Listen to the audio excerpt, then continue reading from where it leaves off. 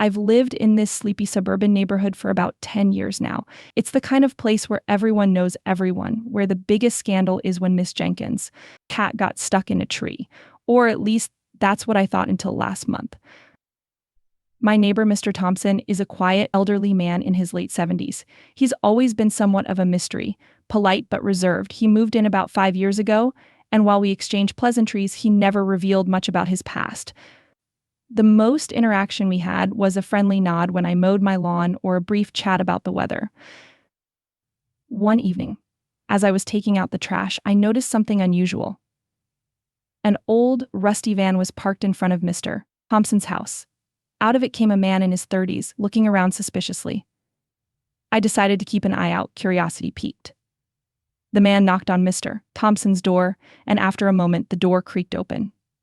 There was a heated exchange, although I couldn't make out the words. The younger man eventually stormed off, leaving Mr. Thompson visibly shaken.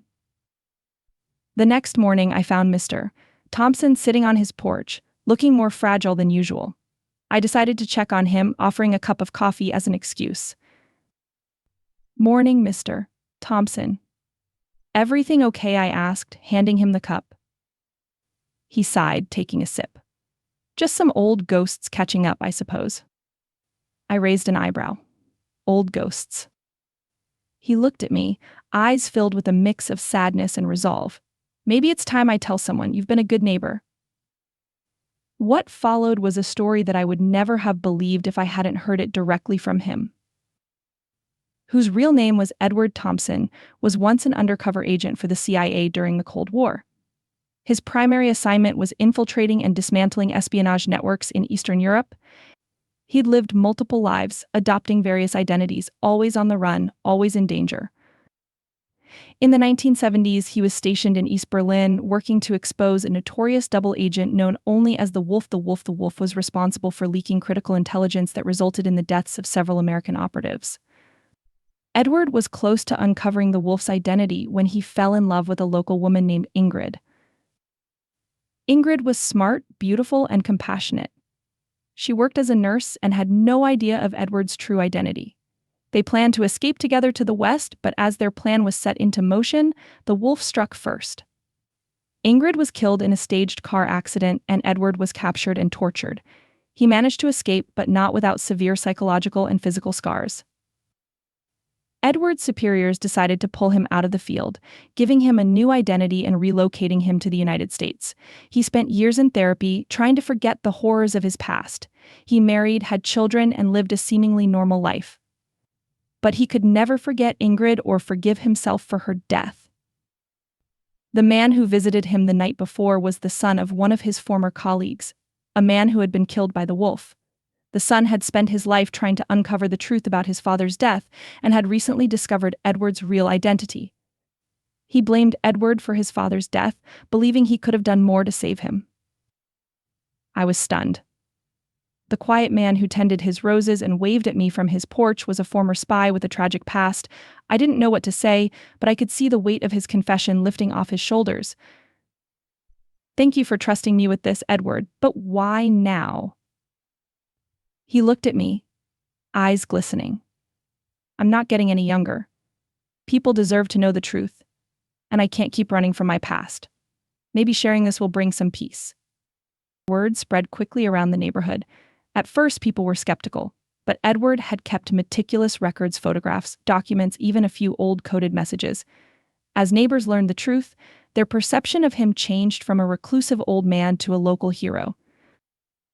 The man who had visited Edward eventually returned, this time seeking closure rather than confrontation. Edward shared everything he knew, helping the young man understand the complexities and dangers of espionage.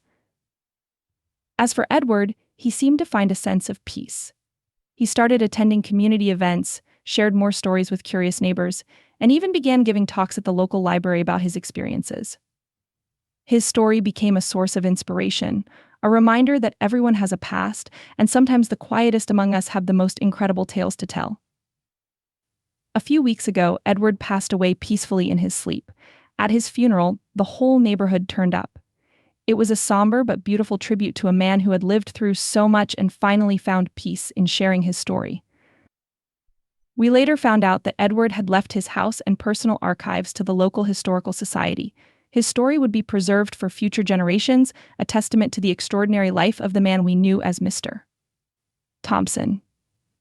Months passed, and the neighborhood slowly returned to its tranquil rhythm.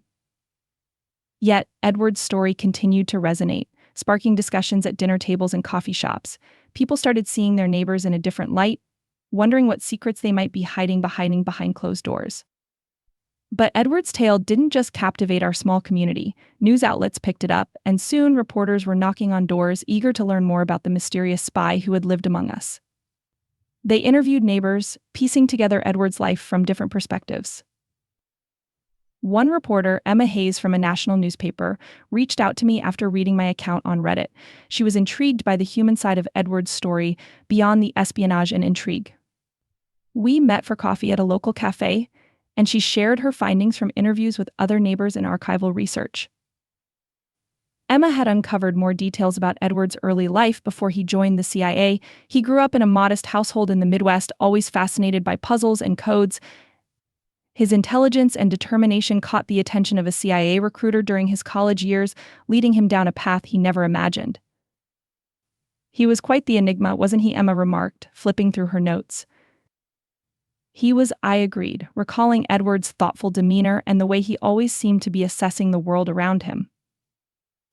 Emma leaned forward, her expression serious. There's still so much we don't know. What happened to the wolf? Did Edward ever find closure? I shook my head. I don't think he ever did. The past haunted him until the end.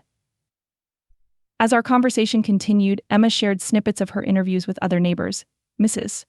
Jacobs, who lived across the street from Edward, remembered him as the gentleman who always offered to help with groceries. He was a kind soul, she said, her voice tinged with sadness, but you could tell he carried a burden. Mr. Patel, who jogged past Edward's house every morning, recalled their occasional chats about gardening. He loved those roses, Mr. Patel said with a smile. Always said they reminded him of someone special. These anecdotes painted a picture of Edward as more than just a spy. He was a neighbor who cared about his community despite his troubled past. Emma was determined to capture this side of Edward in her article, to show the world that heroes can be found in the most unexpected places. A week later, Emma's article was published. Titled "The Spy Next Door: Unraveling the Legacy of Edward Thompson," it delved deep into Edward's life, from his early years in the heartland to his undercover missions in Europe. The article featured interviews with neighbors, snippets from Edward's personal journals, and insights into his enduring impact on our neighborhood. Overnight, Edward's story went viral. The article was shared across social media platforms, sparking discussions about espionage, sacrifice, and the hidden lives of ordinary people. People from around the country reached out to express their admiration for Edward's courage and resilience. I never knew spies could be so human, one commenter wrote on Reddit, where the article quickly became a trending topic.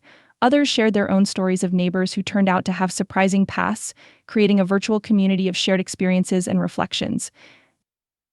The newfound attention brought unexpected visitors to our neighborhood. Historians, researchers, and even filmmakers expressed interest in documenting Edward's story for posterity. They wanted to explore the complexities of his life, the moral dilemmas he faced, and the lasting impact of his choices on those around him. The local historical society, entrusted with Edward's personal archives, received a flood of inquiries from scholars and students eager to study his life. They planned exhibitions and educational programs to ensure that Edward's legacy would inspire future generations. Meanwhile, our quiet suburb underwent a subtle transformation. People began to greet each other with newfound curiosity, wondering what untold stories lay hidden behind the facades of familiar houses. The sense of community deepened as neighbors shared memories of Edward and reflected on the lessons of his life.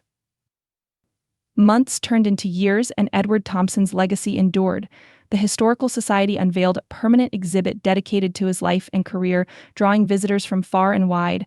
School children learned about his bravery and compassion in history classes, while local businesses proudly displayed photos of Edward alongside their community heroes. As for me, I often think back to that fateful evening when I first learned the truth about my neighbor. Edward's story taught me that courage comes in many forms, and sometimes the quiet,